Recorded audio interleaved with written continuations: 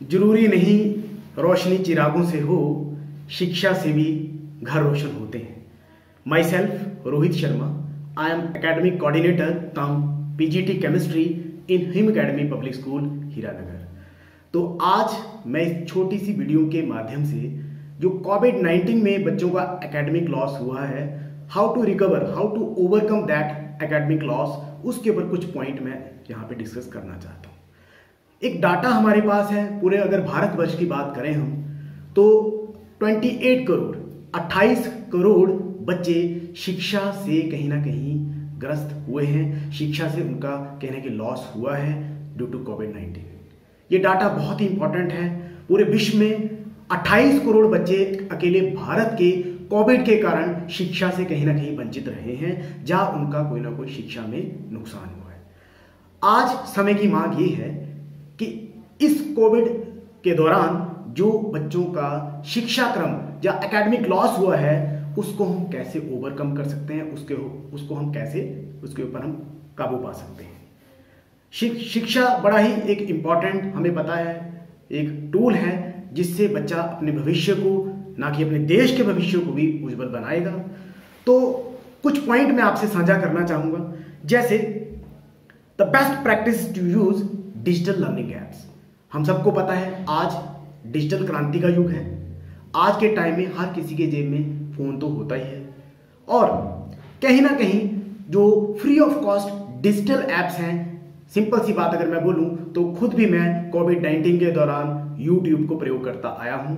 ना कि मैंने उसको प्रयोग करा है, बल्कि मैंने एक अपना खुद से केमिस्ट्री गुरु नाम का एक चैनल भी बनाया है। उससे मैंने अपने बच्चों तक पहुंचने की कोशिश करी है। सेम तरीके से बच्चों को हम गाइड कर सकते हैं कि बच्चे जो फ्री ऑफ कॉस्ट जो लर्निंग एप्स हैं, डिजिटल एप्स हैं, उनमें अपनी पढ़ाई को ठीक है कर सकते हैं। जो भी उनका काम रह गया है, जो उसने स्टडी नहीं करी है, उनकी कहीं ना कहीं किसी पिछली क्लास में छूट चुकी है, उनको वहां से ओवरकम कर सकते हैं। पहला तरीका तो ये हो सकता है। दूसरा तरीका दोस्तों ये हो सकता है कि अगर हम स्कूल में थोड़ा सा जो हमारा वर्किंग आवर्स हैं, जो हमारे पीरियड्स हैं, या हमारा जो लीजर टाइम है, उसको हम कहीं ना कहीं टीचिंग लर्निंग प्रोसेस में यूज कर पाए।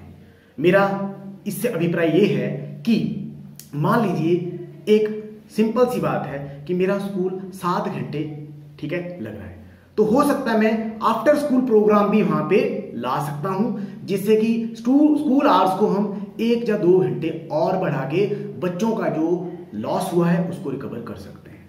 उसके अलावा there are additional remedies which we can do by the effective participation of 2 things।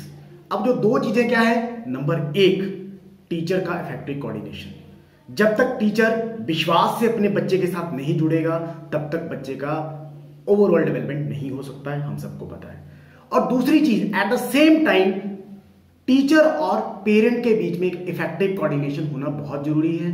Teacher का एक कंटिन्यूस प्रोसेस के दौरान बच्चे के माता पिता से संपर्क में रहना बड़ा जरूरी है।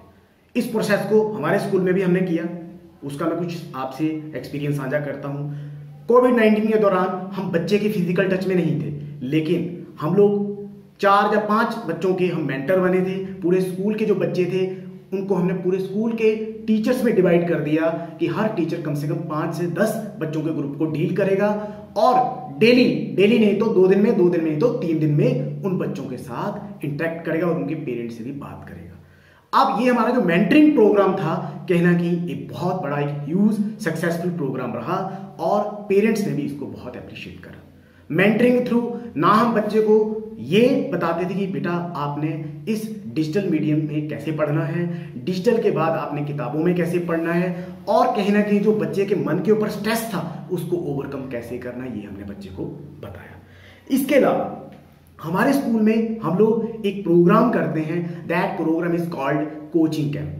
हालांकि ये स्पेशली 11th-12th के बच्चों के लिए होता है। जैसा कि मैंने अपनी इंट्रोडक्शन में भी बताया कि मैं 11वीं 12वीं का अध्यापक हूँ, केमिस्ट्री पढ़ाता हूँ। तो 11वीं 12वीं में जो बच्चों का लॉस हुआ है, हम लोग क्या करते हैं, जैसे ही हमारे स्कूल में सिलेबस खत्म होता है, जो टीचिंग लर्निंग करिकुलम खत्म होता है, उस सिलेबस के खत्म होने के बाद हम 1 महीने का समय देते हैं बच्चों को, जिसमें हम उनकी प्रीवियस क्लास और कुछ इंपॉर्टेंट टॉपिक जो कि कोचिंग पॉइंट ऑफ व्यू से इंपॉर्टेंट होते हैं, उनको हम उस कोचिंग कैंप में बच्चों को करवाते हैं। सिंस हमें पता है कि आजकल डिमांड क्या है हमारे देश में, बच्चे विज्ञान पढ़ते हैं, बच्चे मैथ्स पढ़ते हैं, बच्चे टेक्नोलॉजी की तरफ जा रहे हैं, तो IIT NIT बहुत जरूरी हो जाता है बच्चों के लिए। इवन मेडिकल साइंसेज की बच्चे पढ़ाई करते हैं, डॉक्टर बनने के सपने देखते हैं, तो उसके लिए हमें इस कोचिंग लर्निंग प्रोसेस को भी कहीं ना कहीं अपग्रेड करना पड़ेगा।